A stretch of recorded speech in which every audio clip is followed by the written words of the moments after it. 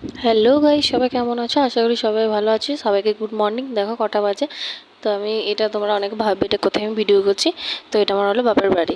তো বাপের বাড়ি গিয়েছি অনেক দিন পর, তো দেরি করে ঘুম থেকে উঠেছি। তবুও তাড়াতাড়ি উঠে গেছি, কারণ রাত্রেবেলাতে শরীরটা খুব খারাপ লাগছিলো, ওই জন্য তাড়াতাড়ি শুয়ে পড়েছি। তবে উঠে ব্রাশ ট্রাশ করে নিয়েছি। দেখো ব্রাশ করছি আর আমি তোমাদের দেখাবো। তো ওয়েদারটা প্রচুর কালকে ঝড় বৃষ্টি হয়েছিল, ওই জন্য তোমাদের দেখাবো। ব্রাশ করতে করতে দেখো আমাদের নিচে কি অবস্থা। পুরো ঝড় বৃষ্টি হয়ে পুরো বাগানে পুরো ওলট পালট হয়ে গেছে। তো তারপর মা চা করে দিল, চা নিয়ে খাচ্ছি। তারপরে বেটু উঠে গেছে, ওকে খাইয়ে দিয়েছি, ওই যে খাওয়াচ্ছি, বাকি আছে আর একটু। তো চা বিস্কুট খাবো, ও খাবে। তারপর কারেন্ট চলে গেছে। দেখো আমার মা একটা পাখা কিনে দিয়েছে আমার বেটুকে। তো আগের দিনে মলে গিয়েছিলো, ওই পাখাটা দেখে কি জেদও নেবে, তো কিনে দিয়েছি ওকে। তো খুব ভালো, ওর জন্য ভালো, ছোট মানুষ তো। আমাদের শুধু এই মুখেই ঠিক আছে। তো যাই হোক, তারপর স্নান টান করে চলে আসলাম। বাপের বাড়ি মানে সারাদিন ল্যাদ খাবো, খাবো দাবো, ঘুমাবো, এটাই হলো কাজ। তো সব মেয়েদের ক্ষেত্রে এটা হয়।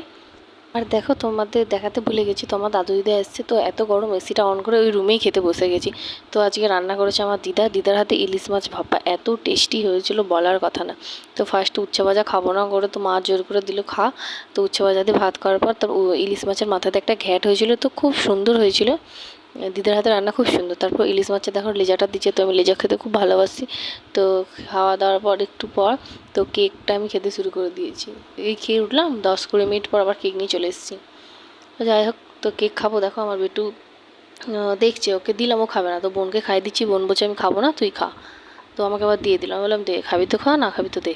তো যাই হোক, তারপর ও ঘুমিয়ে পড়লো। দেখো ঘুমিয়ে উঠে তারপর এটা জিদ, এটা নেবে। তো মশলা করছে। তো যাই হোক দিলাম। তারপর আবার ঘর মুছে দেওয়া কত কাজ করে দেয়, টয়লেট করে প্যান দিয়ে আমি একটু শুয়ে পড়েছিলাম। তো ঘুম থেকে উঠে বললাম দিদা আমাকে একটু চা করে দাও, খুব মাথা ব্যথা করছে। তো দিদা চা করে দিল, বিস্কুট দিয়ে খাচ্ছি। তো মাথা ব্যথাটা একটু কমবে। যাই হোক চাটা খেয়ে ব্লগটা এখানেই শেষ করলাম। সবাইকে টাটা, সবাই ভালো থাকবেন।